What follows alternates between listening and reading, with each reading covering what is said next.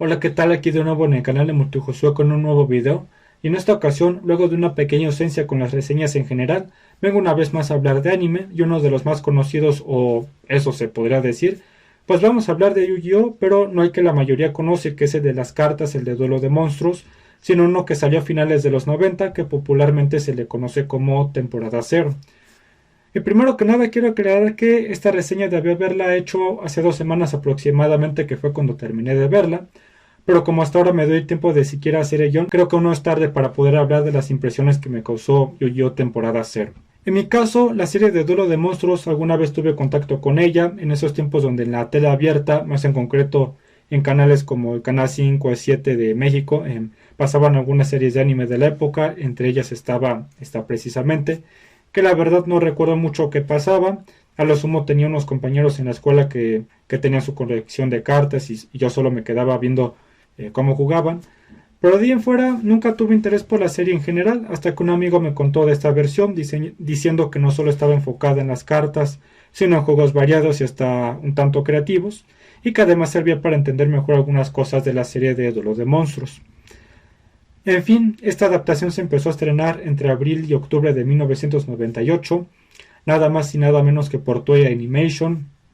Consta de 27 capítulos, y en esta serie nos presentan como primer antecedente el por qué Yugi tiene consigo el amuleto que parece pirámide, o mejor dicho, el rompecabezas del milenio. Y sí, el primer capítulo trata de cuando lo está armando y una vez que lo termina, obtiene el poder para dominar los juegos de la oscuridad, y para eso se transforma, incluso se vuelve más seguro y más inteligente en la entidad conocida como Yami Yugi, a diferencia de su verdadero yo, que es más introvertido y ya está más chaparro. Al principio yo tenía la expectativa de que toda la serie iba a tratar sobre cómo armaba este rompecabezas, pero la realidad es que solo le toma un capítulo armarlo, mientras que en el resto básicamente usa su poder por lo general para ayudar a sus amigos cuando estén en problemas.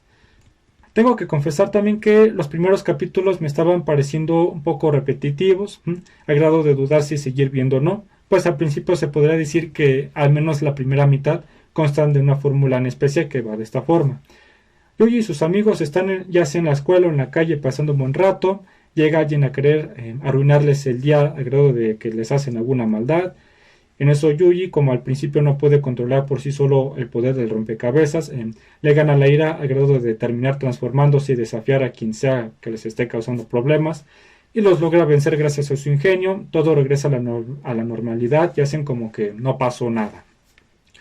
Pero conforme va avanzando la serie es cuando poco a poco empieza a romper con esa fórmula que acabo de describir, para pasar a situaciones un poco más intensas, principalmente por cuestiones que tienen que ver con el mismo rompecabezas, como que se vuelve rival principal de Yugi, Seto Kaiba, quien en varias ocasiones, luego de presenciar la habilidad de Yugi y siendo él todo un experto en los juegos, busca la forma de superarlo. Como ya dije, aquí aparecen juegos variados en los que Yugi se involucra, aunque algunos se presentan más en forma de acertijos.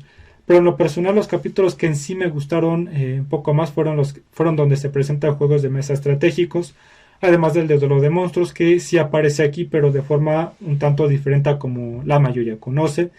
Y en los demás juegos de este tipo también controlan a criaturas mitológicas con ciertos atributos, y los juegos que presentan ciertas reglas que para alguien que no le entra mucho a estas cosas sí puede resultar complicado de entender. Además de que estos juegos son los que más aparecen en la serie, es decir, con un poquito más de frecuencia. Y si después de ver esta adaptación no te fue suficiente, puedes ver la, entre comillas, película del dragón negro de ojos rojos, que más que una película es como un capítulo más para complementar la serie en sí, a juzgar porque sí dura un poco más que un capítulo normal, por allá de los 25 minutos, y aparte que sigue enfocado en Seto Kaiba queriendo superar a Yugi. La menciono de una vez porque la verdad no hay mucho que decir al respecto.